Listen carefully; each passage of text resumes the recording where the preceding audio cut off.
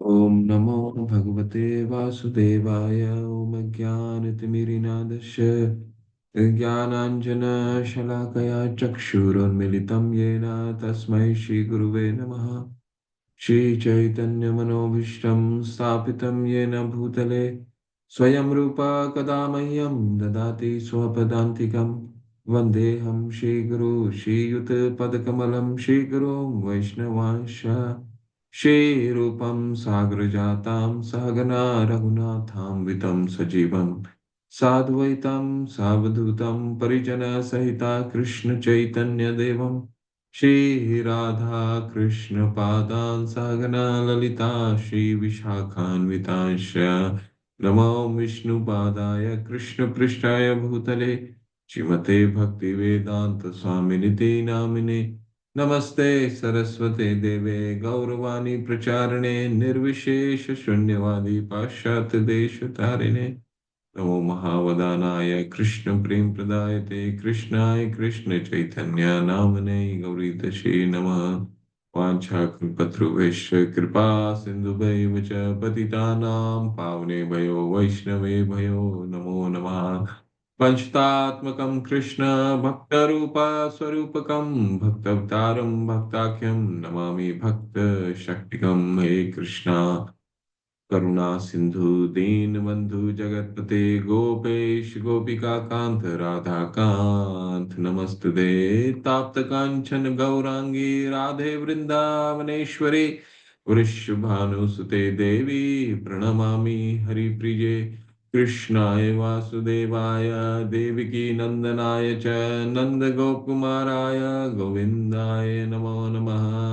मुखं करोति वाचालं पङ्गुलङ्घायते गिरिं यत्कृपातमहं वन्दे श्रीगुरुदीनतारणं श्रीपरमानन्दमाधवं श्रीचैतन्य ईश्वरम्। गुरुवे गौरचन्द्राय राधिका तदालये कृष्णाय कृष्णभक्ताय तद्भक्ताय नमो नमः। जय हो श्री कृष्ण चैतन्य प्रभु नित्यानंदा श्री अद्वैत गदाधर शिवासादि गौर भक्तवृंद। हरे कृष्णा कृष्ण कृष्ण हरे हरे हरे राम राम राम हरे हरे। हरे कृष्णा कृष्ण कृष्ण हरे राम राम राम हरे हरे। हरे कृष्णा कृष्ण कृष्ण हरे राम राम राम हरे हरे। हरे कृष्णा। आप सभी का हार्दिक स्वागत है ईश उपनिषद के इस सत्र में। हम अपने दो मंत्र हैं हमारे, वो दो मंत्रों को हम कर लेते हैं।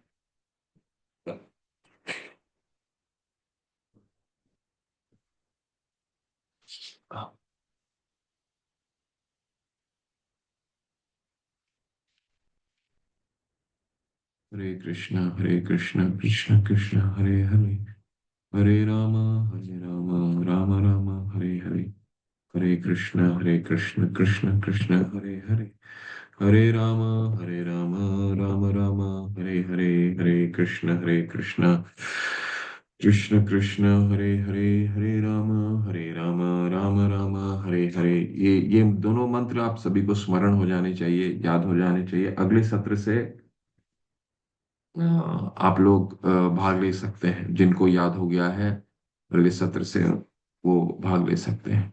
दो मंत्र हैं। पहला, ओम पूर्णमदः पूर्णमिदं पूर्णात् पूर्णमुदच्यते पूर्णस्य पूर्णमादाय पूर्णमेवावशिष्यते। इस मंत्र को आप याद करके सुबह शाम जब अपने घर के मंदिर में पूजा करते हैं इसको पढ़िए। वो पूरे एक हफ्ता पढ़िए, इसको याद हो जाएंगे। ठीक है। दूसरा मंत्र है, ईशावास्यमिदं सर्वं यत्किंचन जगत्याम जगत्तेन तक्तेन भुंजिता माम गृध कस्य शिवधनम्। ईशावास्यमिदं सर्वं यत्किंचन जगत्याम जगत्तेन तक्तेन भुंजिता माम गृध कस्य शिवधनम्। तो हम पिछले सत्र में हमने दो बहुत महत्वपूर्ण विषय पे चर्चा किया था। पहला विषय था वेद क्या है। ठीक है। वेद को पढ़ने का क्या तरीका है। वेद अपौरुष है क्यों कहलाते हैं, वेद हमें क्यों होना चाहिए वेद पढ़ने से। वेद पहले वेद क्या है हमने सीखा। वेद को वेद को हम क्यों अनु उस वेद को हम साक्ष्य के रूप में, शाश्वत के रूप में क्यों स्वीकार करते हैं, इसके तथ्य के बारे में हमने चर्चा की। ठीक है। इसके बाद वेदों को पढ़ने का क्या तरीका है, उसके बारे में हमारा चर्चा हुआ। अवरोह पंथा यानी ऊपर से नीचे, टॉप डाउन अप्रोच के थ्रू हम अ, वेदों का वेदों को पठन करते हैं। ठीक है। जैसे हमारे अ, गुरु वर्ग हमें सिखाते हैं, यश देवे पराभक्ति, यथा देवे तथा गुरु। ठीक है। यानी भगवान को जैसे हम प्रेम करते हैं वैसे गुरुओं को प्रेम करना चाहिए, तभी वेद जो है, वेद के जो ज्ञान है हमारे हृदय में प्रकाशित होंगे। नहीं तो नहीं, हम अपने ज्ञान से अगर करने की कोशिश करते हैं, अपने तरीके से हम पढ़ने की कोशिश करते हैं, चाहे हम कितना भी निपुण हो संस्कृत में, पर उसको हम नहीं कर सकते। क्यों? क्योंकि कारण पाठव, चार दोष पाया जाता है। क्या क्या दोष है? कारण पाठव, भ्रम, विप्रिलप्सा, प्रमाद। कारण पाठवा भ्रम, विप्रिलप्सा आर प्रमाद, सर्वत्र नर दोष यही चार। सर्वत्र नर का दोष यही है। चार कारण है, चार दोष पाए जाते हैं। क्या है? कारण पाठवा ऐसा अ, नवाचार्य हरिदास ठाकुर बताते हैं चैतन्य महाप्रभु को, जब नाम नाम चिंतामणि में नाम के बारे में उच्चारण करने के, नाम के बारे में बोलते हैं कि नाम का महिमा का गान करो। चैतन्य महाप्रभु बोलते हैं नामाचार्य हरिदास से, तो नाम हरिदास ठाकुर बताते हैं ये जो चार दोष के कारण है, हम हमेशा अपूर्ण रहते हैं। कोई भी मनुष्य क्या है? कारण पाठवा। कारण पाठवा का क्या मतलब हो गया? हमारी इंद्रियां अपूर्ण है, हमारी जो सेंसेस हैं वो कभी भी पूर्ण नहीं होती। देखने सुनने सबकी क्षमता होती है हमारी। हमने इस पे विस्तार से चर्चा किया। भ्रम यानी कि हम गलतियां कर जाते हैं, क्योंकि हमारी इंद्रियां पूर्ण होती हैं, जिसके कारण हम गलतियां करते हैं। कोई कितना भी विशेषज्ञ हो, फिर भी कोई किताब लिखता है, उस किताब लिखने के बाद जो शोध करता है, जो रिसर्च करता है, जो शोध करता है, उसमें नई रिसर्च आ जाती है। क्यों? क्योंकि पूर्ण इंद्रियों से शोध किया गया रहता है। ठीक है। कारण पाठवा भ्रम, विप्रिलप्सा। विप्रिलप्सा का मतलब होता है धोखा देने की प्रवृत्ति। ये हमारा अपना निजी, हर मनुष्य का ये पर्सनल रहता है। किसी में कम, किसी में ज्यादा, परंतु झूठ और धोखा देने की प्रवृत्ति सब में ही रहती है। और अंत में क्या होता है? आर प्रमाद। कारण पाठवा ब्रह्म विप्रिलप्सा आर प्रमाद। प्रमाद का मतलब होता है भ्रमित होना। ठीक है। हमें कोई भी बहला सकता है। ठीक है। इसके विस्तार से हमने भक्ति रसामृत सिंधु में भी चर्चा किया कि कनिष्ठ के स्तर पर हम रहते हैं, जब भक्ति हमारी कोमल होती है। जो सबसे हम भक्ति जब शुरू करते हैं, जो हम सब ने शुरू किया है, हम जो जिस स्तर पे हम हैं, इसलिए हम बार बार क्या कहते हैं? वैदिक भक्ति का नियम का दृढ़ता से पालन करना है। क्यों? क्योंकि कनिष्ठ स्तर पे क्या होता है? कनिष्ठ स्तर पे हम भ्रमित बहुत जल्दी हो जाते हैं, क्योंकि ये मनुष्य का गुण है, में सब में है ये प्रमाद। ठीक है। कोई हमें ये बता देगा कि ये पंथ में तुमको सिर्फ हरे कृष्णा करने के लिए बताते हैं। यहाँ पे तो क्या है? एक ऐसा पंथ है जहाँ पे सब कुछ करो और भगवान का नाम का जप भी करो, भगवान का नाम भी लो, ऐसा करके। ऐसा एक बहुत नामी पंथ है। बहुत ही उनकी भी दुनिया में सर्वत्र प्रचार होता है। ठीक है। तो भ्रमित हो जाते हैं। क्यों भ्रमित हो जाते हैं? क्योंकि हमारा स्वभाव है। ठीक है। तो ये हमने चर्चा किया है, जिसके कारण हम ऐसे एक्सपर्ट से, हम ऐसे विशेषज्ञ से ज्ञान लेना चाहिए जो सर्वोपरि है। तो ऐसा विशेषज्ञ हो सकता है हमारे पृथ्वी में ऐसा विशेषज्ञ, जितना भी विशेषज्ञ हो, उसमें ये त्रुटियां तो पाई जाएंगी। हमसे ज्यादा उसका ज्ञान हो सकता है। ज्ञान के भी हमने चार तरीके देखे। ज्ञान लेने का कौन कौन सा तरीका होता है? तीन तरीके से ज्ञान लिया जाता है। पहला, प्रत्यक्ष देख करके ज्ञान लिया जाता है। किसी चीज को देखते हैं तो हम समझते हैं कि ये यथार्थ है, जिसको विज्ञान विज्ञान जिसको मानता है। प्रत्यक्ष प्रमाण, हाँ दिखाओ जी, एविडेंस क्या है, साक्ष्य क्या है। ठीक है। ये होता है प्रत्यक्ष प्रमाण। दूसरा है, प्रत्यक्ष के आधार पे एक अनुमान लगाते हैं, जिसका विज्ञान भी सहारा लेता है। ठीक है, कि कुछ देखता है, देखने के बाद कुछ अनुमान लगाया जाता है कि हाँ, कि ये चंद्रमा में ये चीजें पाई गई हैं, ये चीजें हो सकती हैं। ठीक है, तभी तो एक साक्षात्कार है। ठीक है, कि लाइट की इतनी गति हो सकती है, सुनने की इतनी क्षमता हो सकती है, सबकी एक अनुमान होता है, जिसका प्रत्यक्ष से बड़ा स्कोप होता है, जहाँ ज्यादा बहुत बड़ा उसका स्कोप है। ठीक है, इसके बाद तीसरा क्या आता है? तीसरा जो सबसे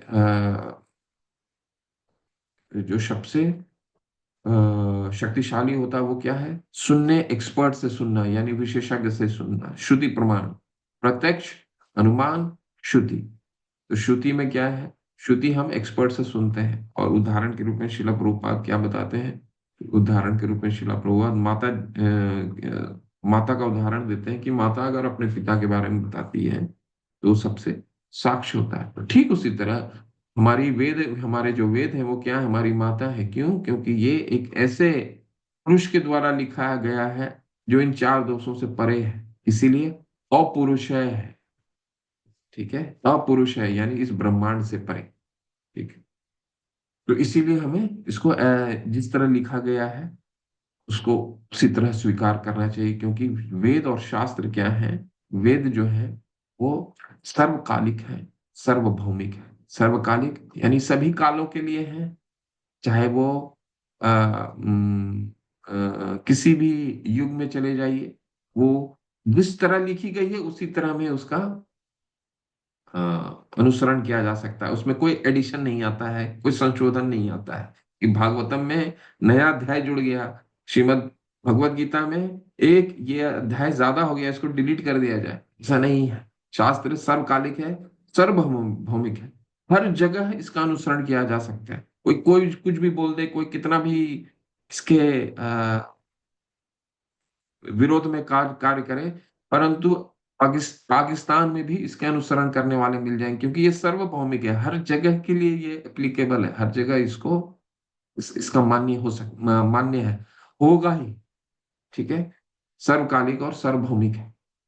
इसके बाद हमने क्या चर्चा किया? इसके बाद हमने पहला इस स्तुति चर्चा की कि भगवान पूर्ण है, और भगवान से जो भी इकाई निकलती है वो भी पूर्ण होता है। जैसे ये दृश्य जगत हमने देखा, दृश्य जगत ये भी पूर्ण है।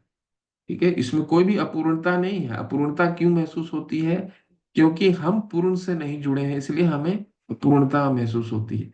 इसको और हम आगे लेकर के जाएंगे। आज के पहला जो मंत्र पढ़ेंगे, इसमें इसका प्रैक्टिकल एप्लीकेशन देखेंगे, कि व्यवहारिक देखेंगे कि हम अपूर्णता क्यों महसूस करते हैं। ठीक है, कोई इस दृश्य जगत में कुछ भी अपूर्ण नहीं है, भगवान ने सब रिसोर्स दे दिया हमारे लिए। ठीक है, अपूर्णता ये हमारे कारण अपूर्णता होती है। भगवान पूर्ण है, भगवान से कोई भी इकाई निकलती वो भी पूर्ण होती है। ठीक है, और भगवान से कोई इकाई निकलने के बाद भी भगवान पूर्ण रहते हैं।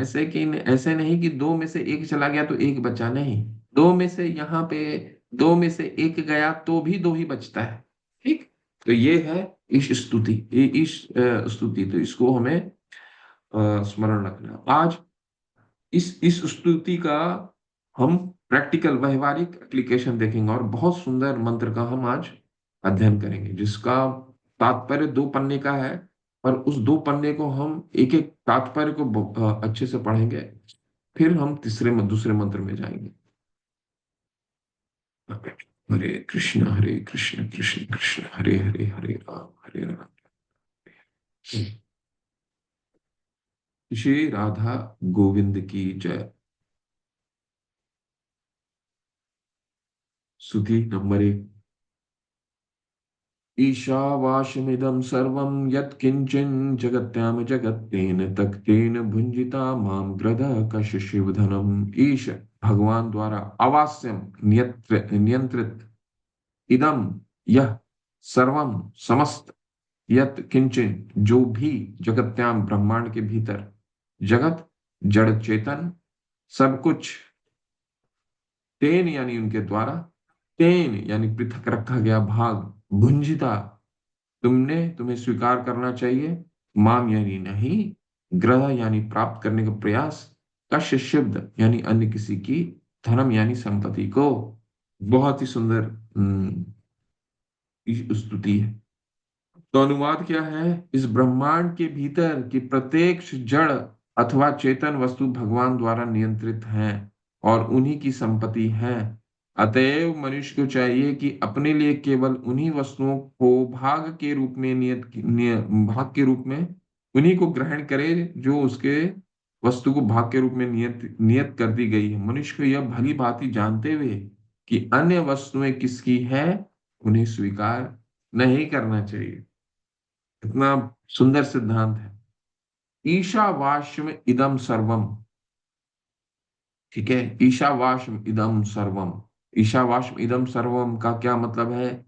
ये सब कुछ भगवान का है। ईशावास्यम इदम, इदम का मतलब यह, सर्वम का मतलब समस्त।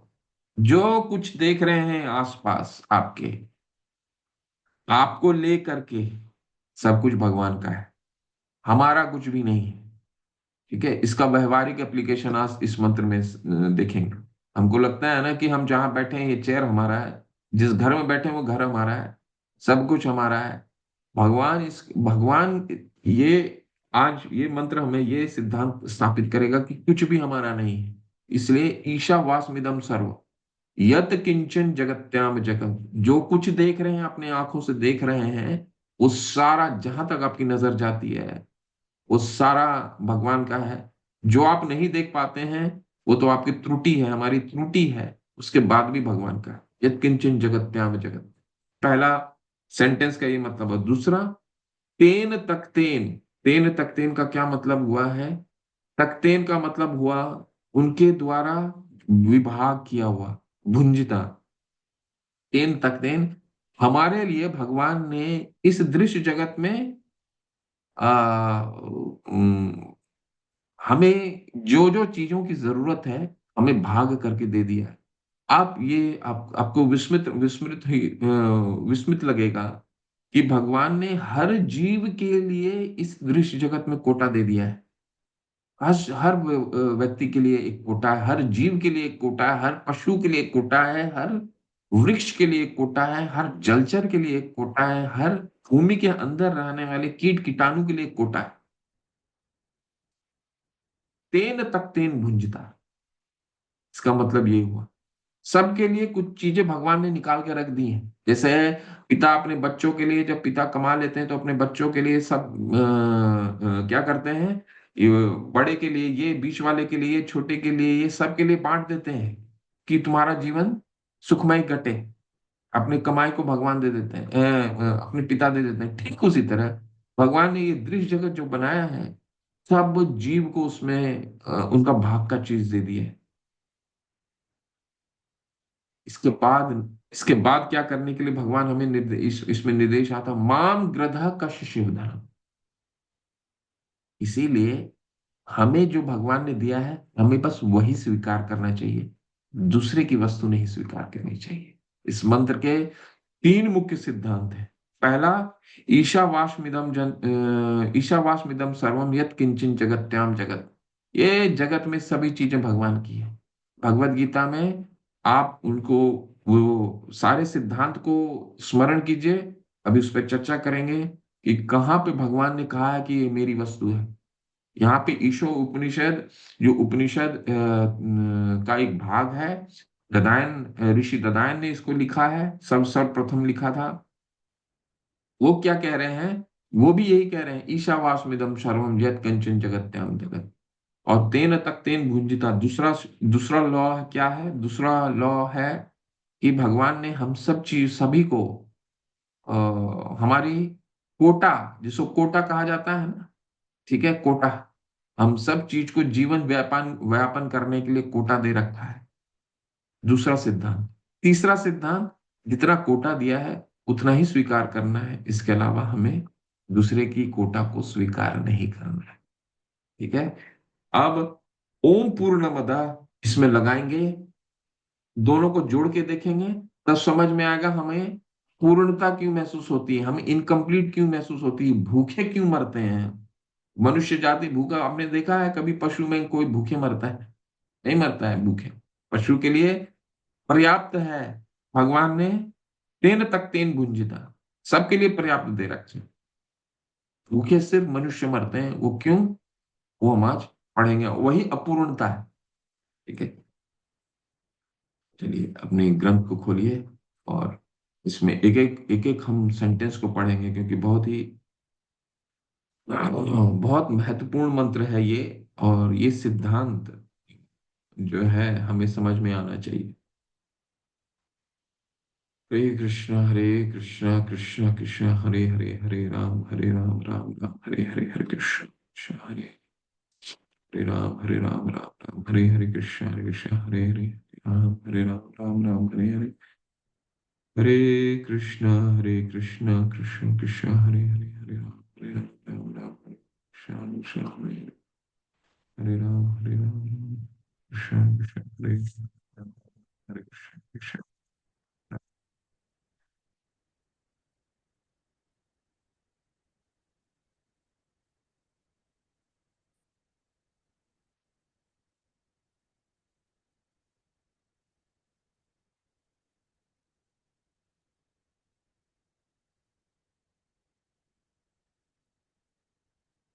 चलिए इस बात जल्दी पढ़ेंगे, इसके बाद हम लोग दूसरे मंत्र में जाएंगे। हे मंत्रराज प्रभु, हरि हरि, हरे कृष्ण प्रभु, पढ़िए। हे हरे मंत्रराज कृष्ण प्रभु, प्रभु। हरे कृष्ण हरे कृष्ण। हरे कृष्ण प्रभु। वैदिक ज्ञान अमोघ है, क्योंकि यह साक्षात भगवान से प्रारंभ होने वाली गुरु शिष्य की पूर्ण परंपरा से होकर आगे चलता आता है। क्योंकि वैदिक ज्ञान का पहला शब्द भगवान द्वारा उच्चारित हुआ था, अतः इस ज्ञान का स्रोत दिव्य है। भगवान द्वारा उच्चारित शब्द अपौरुषीय कहलाते हैं, जो इस बात का संकेत है कि ये शब्द किसी संसारी पुरुष द्वारा नहीं कहे गए। भौतिक संसार में रहने वाले जीव में चार दोष होते हैं। वह निश्चित रूप से त्रुटि करता है, वह मोहग्रस्त होता है,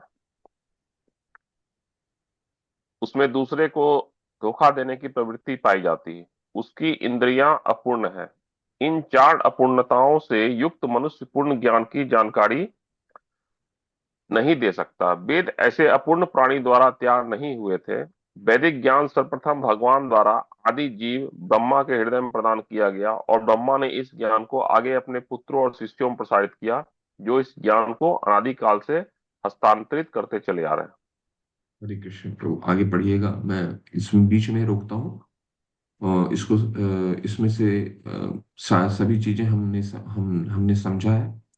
ठीक है, चार दोष के बारे में विस्तार से हमने चर्चा किया है।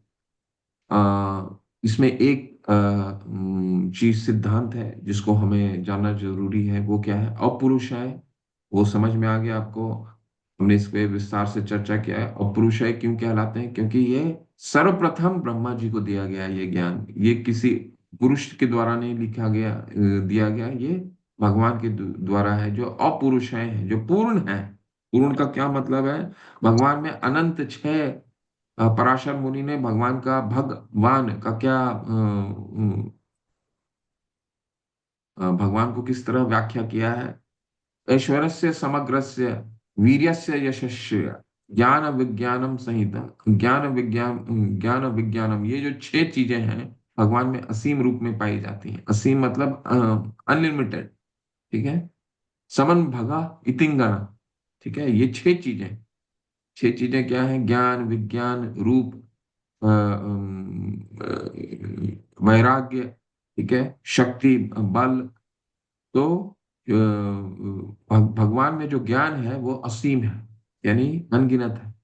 तो ऐसे असीम ज्ञान पुरुष के द्वारा ये ज्ञान लिखा गया, इसलिए अपुरुषय है। दूसरा, इसमें क्या लिख के आता है इस अनुच्छेद में? सर्वप्रथम भगवान ने ये ज्ञान ब्रह्मा जी को दिया। कहाँ इसका साक्ष्य, कहाँ इसका हमें इसका दृष्टांत मिलता है? इसका क्या एविडेंस है? इसका एविडेंस है उपनिषद, श्रीमद् भागवतम का सर्वप्रथम श्लोक, जन्मादियस्य यतो अन्वयात् इतरतश्च च अर्थेषु अभिज्ञ स्वराट, तेन अभिज्ञ स्वराट, तेने ब्रह्मा हृदय आदि कव्य मुह्यंति यः सूर्य, तेने ब्रह्म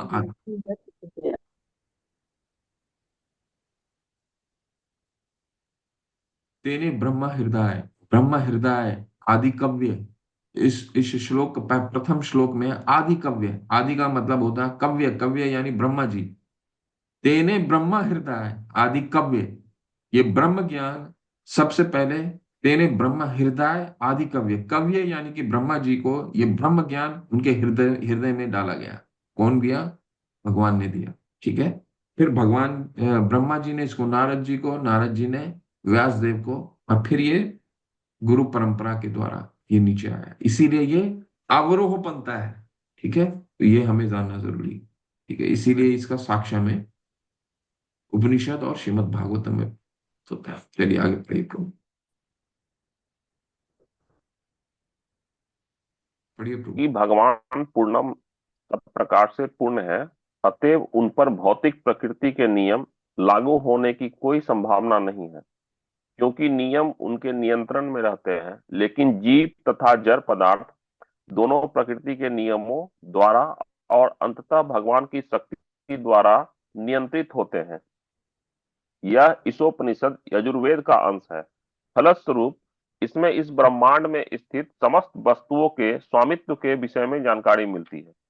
इस ब्रह्मांड के भीतर की प्रत्येक वस्तु पर भगवान के स्वामित्व की पुष्टि भगवत गीता के 7वें अध्याय में की गई है, जिसमें परा तथा अपरा प्रकृति की विवेचना की गई है। 7.4-5 प्रकृति के सब तत्व पृथ्वी, जल, अग्नि, वायु, आकाश, मन, बुद्धि तथा अहंकार भगवान की अपरा अर्थात भौतिक शक्ति से संबंधित है, जबकि जीव अर्थात चेतन शक्ति भगवान की उत्तर शक्ति प्रकृति है। ये दोनों ही प्रकृतियां या शक्तियां भगवान से उद्भूत है, और अंततो गत्वा जो कुछ भी विद्यमान है सब इसके सॉरी है, उस सब के नियंता भगवान ही है। ब्रह्मांड में ऐसी कोई वस्तु नहीं जो परा तथा अपरा, परा या अपरा प्रकृति के अंतर्गत ना हो। इसलिए प्रत्येक वस्तु उन परम पुरुष की संपत्ति है। आगे प्रभु जी। हरे कृष्ण प्रभु, यहाँ पे थोड़ा समझते हैं फिर आगे पढ़ेंगे प्रभु। ऐसा ये आपको अब बताना है। अब यहाँ तो शिला प्रभुपाद ने दो श्लोकों का वर्णन कर दिया। ये दो श्लोक में क्या बताया गया है, ये दो श्लोक भगवत गीता। अब ये सोच के रखिए कि भगवान ने स्वयं भगवत गीता में और कहाँ कहाँ कहा है ये दृश्य जगत मेरे से आता है। पहले तो शिला प्रभुपाद ने यहाँ पे दो श्लोकों का उदाहरण दे दिया। और श्लोक बताइए और अध्याय बताइए जहाँ पे भगवत गीता में ये कहा है भगवान ने कि ये दृश्य जगत मेरे से आती है। यहाँ पे तो दो शक्तियां हैं जिसके द्वारा भौतिक जगत और आध्यात्मिक जगत का, दोनों जगत का संचालन होता है। उसका 7-5 और 7-4 और 7-5 पे दिया गया है। भूमि रोपनरो वायु खम मन बुद्धि रे वच अहंकार इति यम में भिन्न प्रकृति दृष्टता इष्टता। 8 शक्तियों के द्वारा ये पूरी भौतिक जगत चलती है। ठीक है, जिसकी चर्चा यहाँ हुआ है। पृथ्वी अग्नि भूमि रोपनरो वायु हम मन बुद्धि रे बचा, अहंकार इति यम में, ये तीन, ये 8 हो गए आपको भौतिक बहिरंगा शक्ति, यानी कि जिससे ये भौतिक जगत संचालन होता है। और इसके बाद 7-5 में क्या बताते हैं, अपरियमित स्तन्य कृत्रिम विद्धि में परम जीव भूता महाभाव ये दम धार्यते जगत। इसके अलावा भगवान की आध्यात्मिक शक्ति है जिससे आध्यात्मिक जगत का संचालन होता है, और जीव उसका भाग है। इसके बारे में भाग तो दोनों हो गए ना। दोनों शक्तियां जब भगवान से उद्धृत हैं, तो दोनों भौतिक जगत और आध्यात्मिक जगत की शक्तियां भगवान से उद्धृत होती हैं। तो हो गया पूरा सभी चीज भगवान का। ठीक है। अब इसके अलावा भगवान ने कहा बताया है भगवत गीता में कि ये मेरे द्वारा ही संचालित होती है। हैंड रेस कीजिए और बताइए, क्योंकि जब तक हम भगवत गीता हमने पढ़ लिया, अब जब तक हम नहीं उसको जोड़ेंगे तब तक हमें समझ नहीं आएगा। भगवान ने स्वयं कहा है ना, गीता सुगीता कर्तव्य किमन्य शास्त्र विस्तर है, और किसी शास्त्र की क्या जरूरत है। शंकराचार्य आदि शंकराचार्य ने कहा जी। सुभद्रा करुणा माता, हरे कृष्ण। बताइए।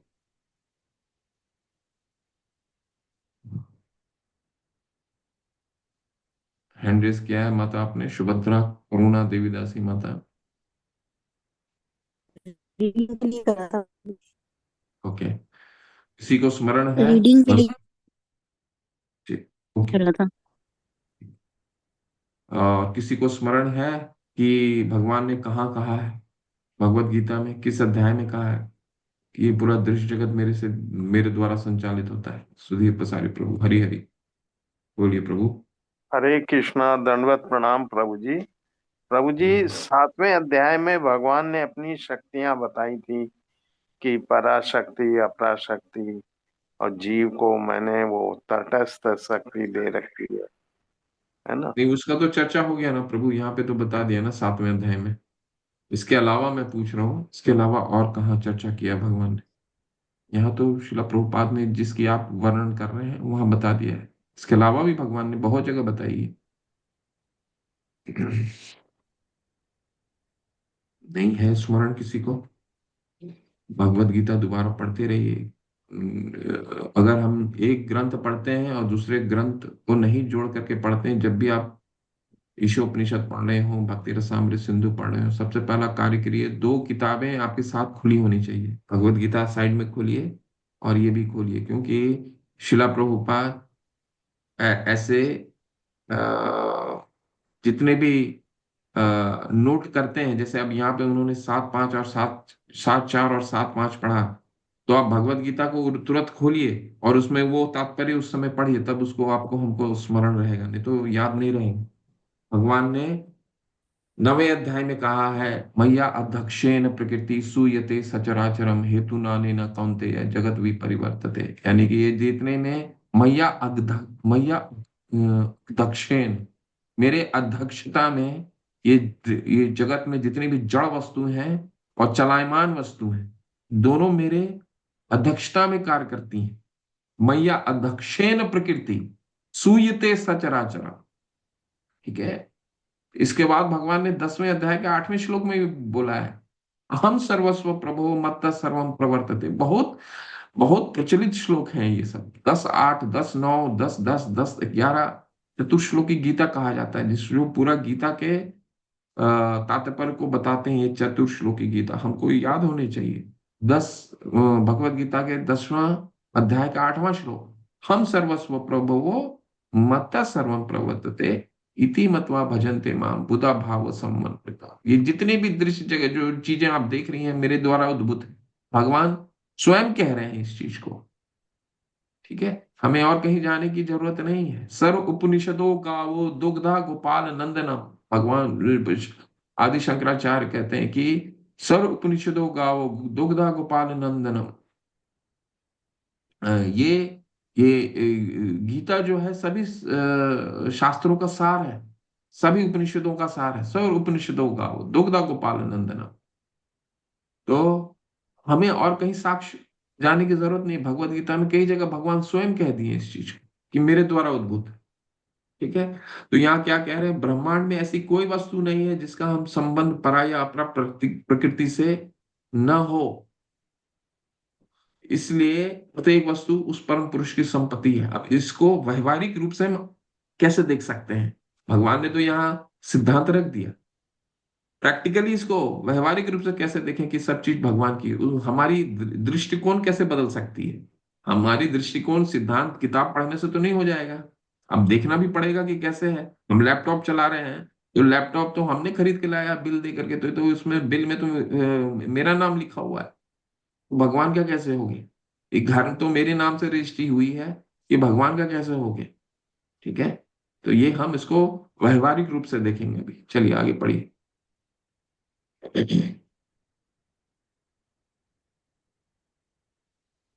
परम पुरुष अर्थात भगवान एक पूर्ण पुरुष है।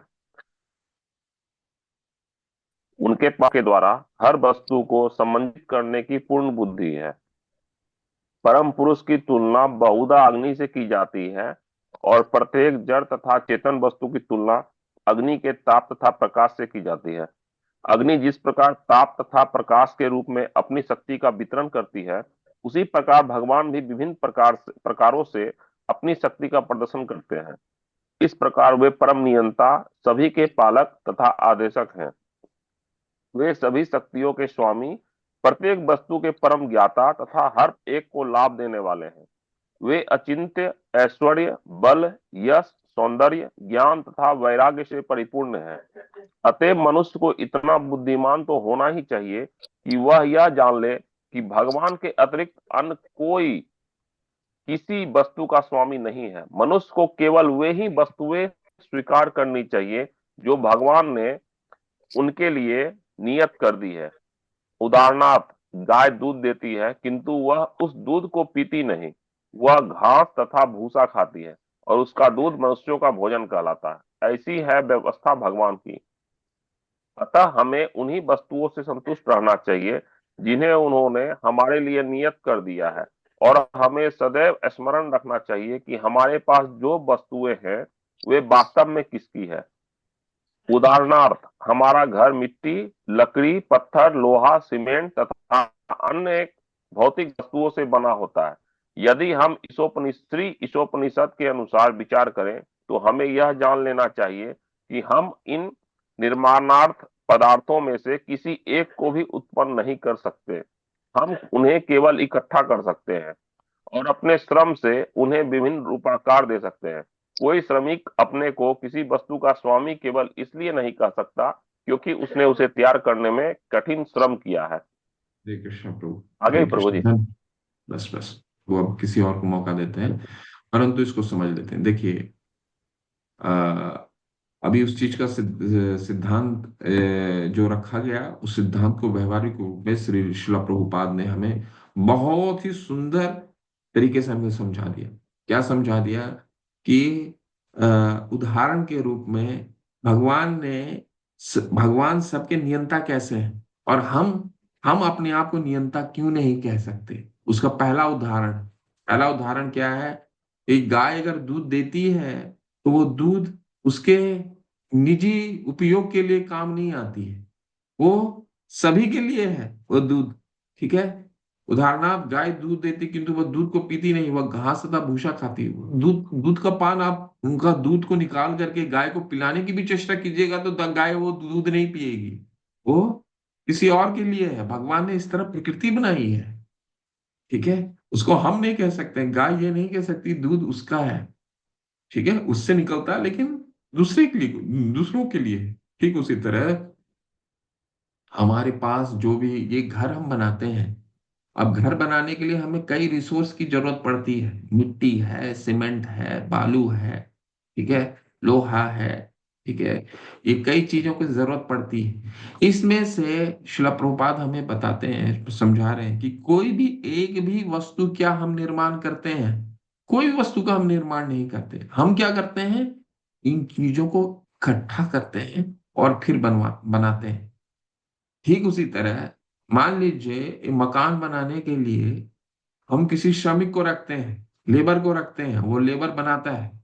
आपने तो नहीं बनाया, ठीक है, उस लेबर ने बनाया। कल को वो लेबर आके कहा, ये तो नहीं कह सकता ना कि ये घर का निर्माण तो मैंने किया है जी, ये मेरा घर है, आपने तो निर्माण नहीं किया। ठीक उसी तरह हम इन चीजों को इकट्ठा कर सकते हैं जो भगवान द्वारा प्रकृति में प्रकृति के द्वारा हमें दी गई है। वो सीमेंट है, मिट्टी है, बालू है, ठीक है, लोहे है। ये प्राकृतिक रूप से उपलब्ध है, उसको हम बस इकट्ठा करते हैं, इकट्ठा करके लिए उसके अपने उपयोग में लाते हैं। इसीलिए भगवान क्या कह रहे हैं? तुम्हारे लिए कोटा का वस्तु दे दिए, ठीक है, तुम्हारे लिए सब कुछ दे दिया है, इस तुम्हें बस इकट्ठा करना है। लेकिन हमारी दिक्कत कहाँ से शुरू होती है कि हम श्रमिक तो हैं, श्रमिक बनने के बाद हम वही एक लेबर की तरह हैं कि जो घर का निर्माण करने के बाद वो बोलता है कि ये जी घर मेरा है, ठीक है, मैंने निर्माण किया है, ये मेरा है। ठीक उसी तरह हम इस दृश्य जगत में हम जो भी चीज खरीदते हैं, जो भी चीज पे हम हाथ रखते हैं, हमें लगता है वो चीज हमारी हो जाती है। ठीक है, वही समझाने का प्रयास है कि ठीक है। तो और इसका अगले जो अनुच्छेद है बहुत महत्वपूर्ण है। अगले अनुच्छेद में इसको सामाजिक तौर पे इस पूरे मंत्र को व्यवहारिक रूप से किस तरह हम इसको व्यवहारिक रूप से किस तरह इसका अप्लाई किया जा सकता है, इसको किस तरह अनुसरण किया जा सकता है। इतना सुंदर सिद्धांत है कि सभी चीजें भगवान की है, और इसको हमें हमारे लिए भगवान ने, अगर हम ये संतुष्ट हो जाएं, भगवान ने चौथे अध्याय के भगवत गीता में कहा है, यद्र इच्छा लाभ संतुष्टो द्वंद्व तीतो विमत्सरः समौ समौ सिद्धौ असिद्धौ च कृतवापि न लिप्यते। ठीक है, यानी कि यद्र इच्छा लाभ संतुष्टो द्वंद्व तीतो विमत्सरः, जितना हमें लाभ के रूप में मिल रहा है वो हमारे लिए उससे संतुष्ट हो जाना चाहिए। यद्र इच्छा लाभ संतुष्टो द्वंद्व तीतो विमत्सरः सिद्धो असिद्धो चो, सफलता और असफलता जो भी मिल रहा है उसको हमें एज इट इज ले लेना चाहिए। क्यों ऐसा कहते हैं भगवान? क्योंकि यही हमारा कोटा है, हम ना भी नहीं कर सकते उसको, क्योंकि हम इस दृश्य जगत में क्या है, रेंट के रूप में हमको सब कुछ भगवान के द्वारा हमें उपलब्ध कराई गई है। हमने कुछ चीजों का अपने से निर्माण नहीं किया है। हम क्या है, इकट्ठे करने वाले हैं। सब चीजों को इकट्ठा किया है, इकट्ठा करके घर बनाते हैं, इकट्ठा करके सब कुछ बनाते हैं। ठीक है, अब गाड़ी जो खरीदी है, अब गाड़ी का भाग भाग करके देख लीजिए कहाँ से आता है, उसकी ऊपर का टीन, ऊपर के टायर, सब कहाँ से आता है। ठीक है, तो सारे के सारे प्राकृतिक वस्तुएं हैं जिसको हम इकट्ठा करते हैं और अपने तरीके से बनाते हैं और उसको उपयोग करते हैं। परंतु ये नहीं कह सकते कि आजीवन ये मेरा ही है, ये नहीं हम कह सकते। जिस दिन ये स्वामित्व का भावना चले जाएगा, यदि इच्छा हम संतुष्ट हो जाएंगे। ठीक है, अब इस मंत्र का समाज में किस तरह अप्लाई किया जा सकता है उसका भी श्रील प्रभुपाद बहुत सुंदर उदाहरण देते हैं कि हम इस श्लोक के माध्यम से पूरे विश्व में शांति फैला सकते हैं। कैसे? देखिए, सुभद्रा माता, आप अनम्यूट करके पढ़िए, ये बहुत सुंदर है, प्रैक्टिकल एप्लीकेशन। हरे कृष्ण जी। हरे कृष्ण। एक बड़ा झगड़ा चलता रहता है। इस झगड़े ने अंतरराष्ट्रीय रूप धारण कर लिया है और विश्व संकट में है। मनुष्य एक दूसरे से शत्रुता बरतते हैं और कुत्ते बिल्ली की तरह गुर्राते हैं। ईशा उपनिषद कुत्ते बिल्लियों को उपदेश नहीं दे सकती, लेकिन यह मनुष्य को प्रामाणिक आचारों के माध्यम से ईश्वर का संदेश प्रदान कर सकती है। मानव जाति को चाहिए कि ईशोपनिषद के इस वैदिक ज्ञान को ग्रहण करे और भौतिक स्वामित्व के लिए झगड़ा ना करे। मनुष्य को भगवान की कृपा से जो भी सुविधाएं प्राप्त हुई हैं उन्हीं से संतुष्ट।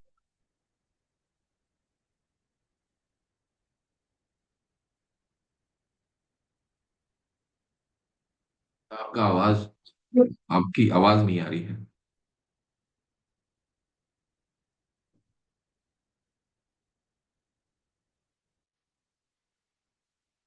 हरे कृष्णा, माता की आवाज नहीं आ रही है। ठीक है, टूटू महाराणा प्रभु आप पढ़िए।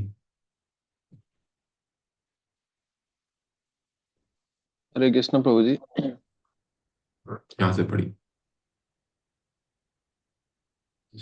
यदि मायावादी या पूंजीपति या कोई मायावादी नहीं, साम्यवादी, साम्यवादी। सॉरी यदि साम्यवादी या पूंजीपति या कोई कोई अन्य दल प्राकृतिक संसाधनों पर स्वामित्व जताते हैं, तो शांति स्थापित नहीं हो सकती, क्योंकि वो सब भगवान की संपत्ति है। ना तो पूंजीपति साम्यवादियों के केवल राजनीतिक चालों से दबा सकते हैं,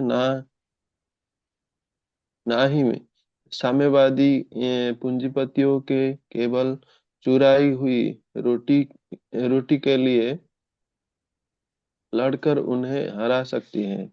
यदि पूंजीपति भगवान के स्वामित्व को मान्यता प्रदान नहीं करते, तो वो सारी संपत्ति जिसे वो अपने होने का दावा करते हैं चुराई हुई है। फलस्वरूप उन्हें प्रकृति के नियमों के अनुसार दंडित होना पड़ेगा। ना नाभिक नाभिकीय बम साम्यवादियों तथा तो कि यही दोनों के है पास है। और यदि ये दोनों परमेश्वर के स्वामित्व को नहीं मानते तो यह निश्चय निश्चित है कि ये बम अ- अत्यंत अंततो अंततो गत्वा दोनों पक्षों का विनाश कर देगा। अतएव अपने आप को बचाने तथा विश्व में शांति लाने के लिए दोनों पक्षों के श्री ईशोपनिषद के उपदेशों का अनुसरण करना चाहिए। हरे कृष्ण। देखिए, व्यवहारिक रूप से शिला प्रभुपाद ने पूरे विश्व को कितना सुंदर संदेश दिया है कि इसको इस मंत्र को हम अच्छे से समझ लेते हैं तो जो भी आप झगड़ा देख रहे हैं, रशिया यूक्रेन लड़ाई कर रहा है, क्यों लड़ रहे हैं? एक दूसरे को स्वामित्व जताना चाहते हैं। ठीक है, कि मैं ज्यादा ताकतवर हूं। ठीक है। दूसरा, इसराइल पैलेस्टाइन लड़ रहा है, देश दूसरे देश से क्यों युद्ध कर रहे हैं? ठीक है, क्यों युद्ध कर रहे हैं? क्योंकि एक देश दूसरे देश पे स्वामित्व जताना चाहता है। ठीक है, पाकिस्तान भारत पे स्वामित्व, भारत के एक भाग पे स्वामित्व जताना चाहते हैं। ठीक है, कोई भी देश एक दूसरे पे, और दूसरा देश उस पे दूसरे तरह का, यहाँ पे दो चीजें आई हैं, वो उसको मतलब मैं समझा देता हूँ, साम्यवादी या पूंजीपति। तो एक समय में जब शिला प्रभुपाद ये अनुवाद लिख रहे थे तो दो तरह की इकोनॉमी पूरे विश्व में चलता था। वो क्या था? साम्यवादी को कहा जाता था कम्युनिस्ट, जो रशिया जिसका अनुसरण करता था, और पूंजीपति कैपिटलिस्ट, जो अमेरिका जिसका अनुसरण करता था। तो दोनों दो विभिन्न विचारधाराएं थी। एक विचारधारा ये थी, कम्युनिस्ट ये कहते थे कि सभी के पास बराबर का धन होना चाहिए, क्योंकि ये भगवान का है, बराबर का धन होना चाहिए। पूंजीपति का ये मानना था, जिसके पास जो जितना कमाता है उसका वो उतना धन होगा। ठीक है, बराबर कैसे? बराबर तो हो ही नहीं सकता। जिसकी ज्यादा क्षमता है वो ज्यादा इकट्ठा करेगा, जिसकी कम क्षमता है वो कम इकट्ठा करेगा। तो ये वाद विवाद, ठीक है, हो सकता है ये विचारधारा बदल गई हो, ये, लेकिन ये मुख्य रूप से ये विचारधारा स्वामित्व पे आधारित थी। ठीक है, स्वामित्व पे किस तरह आधारित थी? एक विचारधारा ये कहती थी कि ये वस्तुएं सबकी हैं बराबर में, विश्व में जितने मनुष्य हैं सब में बराबर बंटनी चाहिए। कैसे बराबर बंट सकता है? ये तो भगवान की वस्तु है। भगवान ने तो कह दिया कि ये कोटा है सबके लिए, बराबर कैसे हो सकता है? ठीक है, हाथी का खाना मनुष्य का खाना बराबर नहीं हो सकता। भगवान ने ये तो कह दिया कि इसको इतना खाना है, तुमको तुम इतना ही खा सकते हो। ऐसा नहीं कह सकते कि हाथी को जितना हाथी को खाना मिलना चाहिए उतना ही मनुष्य को भी उतना ही खाना, बराबर नहीं हो सकता। बराबर तो वो कर सकता है जब जिसके अगर हमारी वो चीजें होती हैं तब हम बराबर बांट सकते हैं। हमारी तो चीजें हैं ही नहीं, भगवान की वो चीज है। भगवान ने जिस तरह दी है उसको उसी तरह से इस्तेमाल करना चाहिए। ठीक, अगले अनुच्छेद में और अच्छे से क्लियर होगा। कैपिटलिस्ट ये कहता है जिसने जितना कमाया धन उसके पास उतनी होनी चाहिए। ठीक है, वो भी अगर वो उसको समझ में आ जाए कि वो कोई भी वस्तु उसकी नहीं है, ठीक है, वो तो बस उसका इकट्ठा करने वाला व्यक्ति है। घर बनाना, घर से लेकर के गाड़ी खरीदना, सब उसको इकट्ठा करने की है, इकट्ठा कर रहा है, वो उसकी नहीं है। तो शिला प्रभुपाद स्वामित्व की भावना को दूर करने के लिए ये ईशो मंत्र अगर कोई समझ जाता है तो देश में, विश्व में कितनी शांति होगी। ठीक है, अगले अनुच्छेद में और सुंदर है वर्णन, मनुष्य और पशु के बीच में, दोनों में तुलना है। ठीक है, कि इस मंत्र का मनुष्य के लिए क्यों मंत्र बना हुआ है। ये पढ़िए आगे, कोई और हैंड रेस किया है, जगन माता, आप पढ़िए। हरे कृष्ण प्रभु जी। हरि हरि हरि हरे कृष्ण। पढ़िए माता। मनुष्य कुत्ते बिल्लियों की तरह लड़ने झगड़ने के निमित्त नहीं बने हैं, उस मानव जीवन की महत्ता एवं उद्देश्य का समझने के लिए तो बुद्धिमान होना ही चाहिए। वैदिक साहित्य मानवता के लिए है, ना कि किंतु कुत्ते बिल्लियों के लिए। कुत्ते बिल्लियां अपने भोजन के लिए किसी पाप के भागी बने बिना अन्य पशुओं का वध कर सकते हैं, किंतु यदि कोई मनुष्य अपने अनियंत्रित स्वाद की तुष्टि के लिए किसी पशु का वध करता है, तो वह प्रकृति के नियमों को तोड़ने के लिए उत्तरदायी होता है। फलस्वरूप उसे दंडित होना पड़ेगा। मनुष्यों का जीवन मा, मानक पशुओं पर लागू नहीं किए जा सकते। बांध न तो चावल या गेहूं खाता है, न गाय का दूध पीता है, क्योंकि उसे पशु मांस के रूप में भोजन प्रदान किया गया है। उन अनेक पशुओं का तथा पक्षियों में से कुछ तो शाकाहारी है और अन्य मांसाहारी, लेकिन इनमें से कोई एक भी प्रकृति के नियमों का उल्लंघन नहीं करता, क्योंकि ये नियम भगवान की इच्छा अनुसार बने हैं। पशु पक्षी सरीसृप तथा अन्य निम्न योनि वाले जीव प्रकृति के नियमों का कड़ाई में पालन करते हैं। अतएव न तो उनके लिए पाप का प्रश्न उठता है, न ही वैज्ञानिक उपदेश उनके लिए बने। एकमात्र मानव का जीवन है। आगे पढ़ो प्रभु जी। तो समझते हैं माता। हरी हरी, बहुत सुंदर पढ़ा आपने। तो यहाँ पर शिला प्रभुपाद इस दो अनुच्छेदों में क्या हमें समझाने की कोशिश कर रहे हैं। पिछले अनुच्छेद में उन्होंने ये बताया कि व्यवहारिक रूप से सामाजिक तौर पर अगर इस ईशो मंत्र, ईशोपनिषद के इस मंत्र को हम अनुसरण करते हैं तो विश्व में शांति आ सकती है। ठीक है, क्यों आ सकती है? क्योंकि हम स्वामित्व नहीं समझते, हम स्वामित्व समझ रहे हैं भगवान सभी वस्तुओं के स्वामी है। और व्यवहारिक रूप से हमने इस चीज को भी देख लिया, गाय का उदाहरण के रूप में हमने देख लिया कि गाय दूध देती है तो उसका वो स्वामी नहीं है। ठीक है, उसका वो किसी और के लिए है। भगवान ने ऐसा प्रकृति बनाया है। ठीक उसी तरह हम जो भी चीजें करते हैं, हम जो भी चीजें हम इस जगत में अपने लिए अपने लिए हम स्वयं का कहते हैं, वो हम स्वयं का हमने कुछ भी चीजें नहीं बनाई है। घर की कोई चीजें नहीं बनाई है, गाड़ी की कोई चीज नहीं बनाई, सब हमने इकट्ठा किया है। चाहे वो टायर हो, वो रबड़ से इकट्ठा किया हो, या लोहे की चदरा हो जिससे गाड़ी बनता है। तो कोई भी चीज हमने नहीं बनाया है, सबकी इकट्ठा की है। अब इस अनुच्छेद में ये ईशो मंत्र हमारे लिए क्यों है? क्यों? क्योंकि दो तरह की योनियां होती हैं, एक तो है भोग योनि, एक होते हैं कर्म योनि। हम कर्म योनि है, पशु क्या है? भोग योनि है। उनके लिए अ, अगर वो मांसाहार करते हैं तो उनके लिए कोई गलत नहीं है, क्योंकि वो प्रकृति ही, उनकी शरीर ही ऐसा बनाया गया है कि वो मांसाहार करें।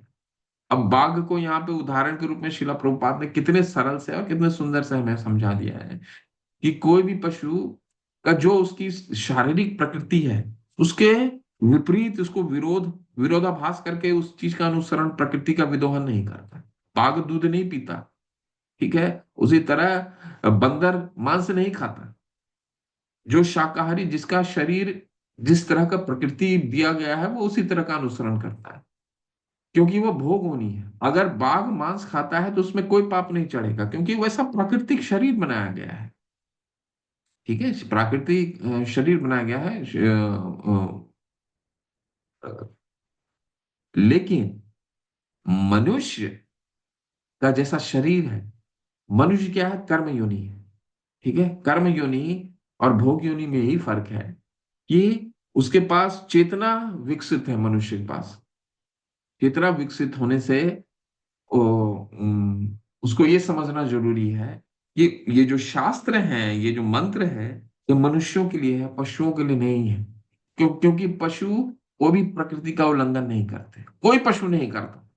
जितना उसका पेट में जगह है, उतना जो भगवान ने उसको कोटा दिया है, वो कोटा का अनुसरण करते हैं। कभी आपने नहीं देखा होगा कि पक्षियों के या जीव के पेट खराब होता है। पेट किसका? मनुष्यों का ही खराब होता है। क्यों खराब होता है? क्योंकि जितना उसका कोटा है, उस कोटे से ज्यादा उस खाने का ग्रहण करता है। और खराब हो जाता है। अगर बाघ को मांसाहार भूख लगी है तो वो उतना ही खाएगा जितना उसका पेट भरता है। ऐसा नहीं है, बाकी अगर उसका पेट भर गया तो जितना मांस बच जाता है वो अगले या वो छोड़ के चला जाएगा, या उस मांस को अगले भूख के लिए रख छोड़ेगा। ठीक है। वैसे तो नहीं, वो तो ताजा मांस खाता है। तो वो ऐसा कुछ नहीं करता है कि उसको पेट भरने के बाद भी वो लालचवश आकर के खाता है। ये लालच, अपूर्णता सिर्फ मनुष्य में पाई जाती है। प्रकृति का उल्लंघन जो है सिर्फ मनुष्य करता है। उदाहरण तो बहुत देखते हैं ना। शिला प्रभुपाद ने कई जगह उदाहरण भी दिया कि एक चावल की बोरी अगर गिर जाती है सड़कों पे, और उसको कई जीव आते हैं उसको चुगने के लिए, पक्षियां आती हैं, तो पक्षियां उतनी चावल चुगती हैं जितना उसको दरकार है। ठीक है। परंतु मनुष्य क्या करता है, वो पूरी बोरी की चावल की बोरी अपने घर ले जाने का प्रयास करता है। ठीक है। तो यहाँ पे क्या लिखा है, पशु पक्षी सरीसृप और अन्य निम्न योनि वाले जीव प्रकृति के नियमों का कड़ाई से पालन करते हैं। कड़ाई से पालन वो करते हैं। कोई प्रकृति के नियमों का उल्लंघन नहीं करता है। तो अतएव उनके लिए पाप का प्रश्न ही नहीं उठता। उल्लंघन ही नहीं करते हैं तो फिर कैसे प्रश्न उठ सकता है। तो आपके मन में प्रश्न और ये शास्त्रों में भी लिखा हुआ है, अहस्तानी सहस्तानाम आपदानी चतुष्पदाम फागुनी ततमहता जीवो जीवस्य जीवनम। हर जीव एक दूसरे के लिए भोग्य है। हस्तानी शास्तानाम, जिनका पैर नहीं है, जिनके पैर नहीं है, अहस्तानी सहस्तानाम, जिनके हाथ नहीं है, वो हाथ वालों का भोग्य बनते हैं। हस्तानी सहस्ताना, अपदानी चतुष्पदा, जिनके पैर नहीं है वो चार पैरों वालों को भोग्य बनते हैं। आपने देखा होगा इन चीजों को। फागुनी तत्महता जीवो जीवस्य जीवनम। कमजोर जो है वो शक्तिशाली का भोग्य बनता है। शास्त्र में श्रीमद् भागवतम कहती है भोग्य अवस्था है। जीवो जीवस्य जीवनम, एक जीव दूसरे जीव का भोग्य है। ऐसा ऐसा प्रकृति है। ठीक है। परंतु मनुष्य में क्या है, तो फिर आपके मन में प्रश्न ये शास्त्र, ये श्लोक का कई लोग बहुत गलत इस्तेमाल करते हैं। अरे शास्त्र में तो लिखा है जीवो जीवस्य जीवनम, तो फिर हम क्यों ना मांसाहार करेंगे। लेकिन यहाँ पे तो ईश स्तुति भी तो है। ईश मंत्र कहता है कि जो हमारे लिए दिया गया, जो प्रकृति है हमारा शरीर का, उसका ही उपयोग करना। आगे क्या है, मनुष्य के लिए विशेष वो कर्म यूनिट कब बनता है वो देखिए, वो सुंदर है। यह अनुच्छेद बहुत सुंदर है। इसलिए इसका एक एक तात्पर्य, एक एक शब्द इस स्तुति का शिला प्रभुपाद के सोने सोने के मूल्य जब, वैसे तो उनके सारे तात्पर्य वैसे होते हैं, लेकिन हमें एक भी शब्द को हम नहीं छोड़ सकते इसमें। पढ़िए। और कौन पढ़ेंगे? पढ़ू मैं प्रभु जी। जी पढ़िए। यह मानना गलत है कि केवल शाकाहारी बनकर कोई प्रकृति के नियमों के उल्लंघन के अपने का बचा सकते हैं। शाक वनस्पति में भी जीवन होता है। यह प्रकृति का नियम है कि वह एक जीव दूसरे के खाने के लिए है। अतएव मनुष्य को कट्टर शाकाहारी बनने का गर्व नहीं होना चाहिए। बात बात तो परम परमेश्वर को मान्यता प्रदान करने की है। पशुओं के पास इतनी विकसित बुद्धि नहीं होती है जिसमें वे भगवान को पहचान सके, किंतु मनुष्य इतना बुद्धिमान तो होता ही है कि वह वैदिक ग्रंथों से शिक्षा ग्रहण कर सके और उनके यह जान सके कि प्रकृति नियम किस तरह कार्य करते हैं और इस तरह ऐसे ज्ञान से लाभ उठा सके। यदि मनुष्य वैदिक ग्रंथों के उपदेशों की उपेक्षा करता है तो उनका उसका जीवन अत्यंत संकटपूर्ण हो जाता है। अतः मनुष्य को परमेश्वर की सत्ता को पहचाने और भगवान का भक्त हो जाने की अर्पित कर देता है। तात्पर्य केवल प्रसाद अथवा भगवान की कृपा ग्रहण करनी चाहिए। केवल वही लोग वही लोग जो इस तरह से कार्य कर सकते हैं। ये मनुष्य जीवन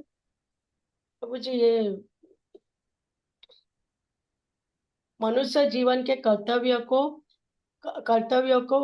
चाहिए। केवल ही वही लोग इस तरह के कार्य के करते हैं कि अ,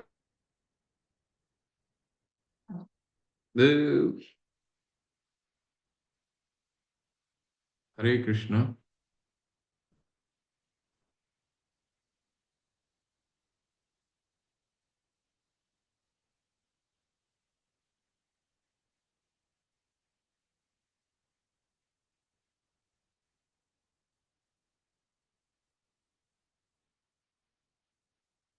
हरे कृष्ण।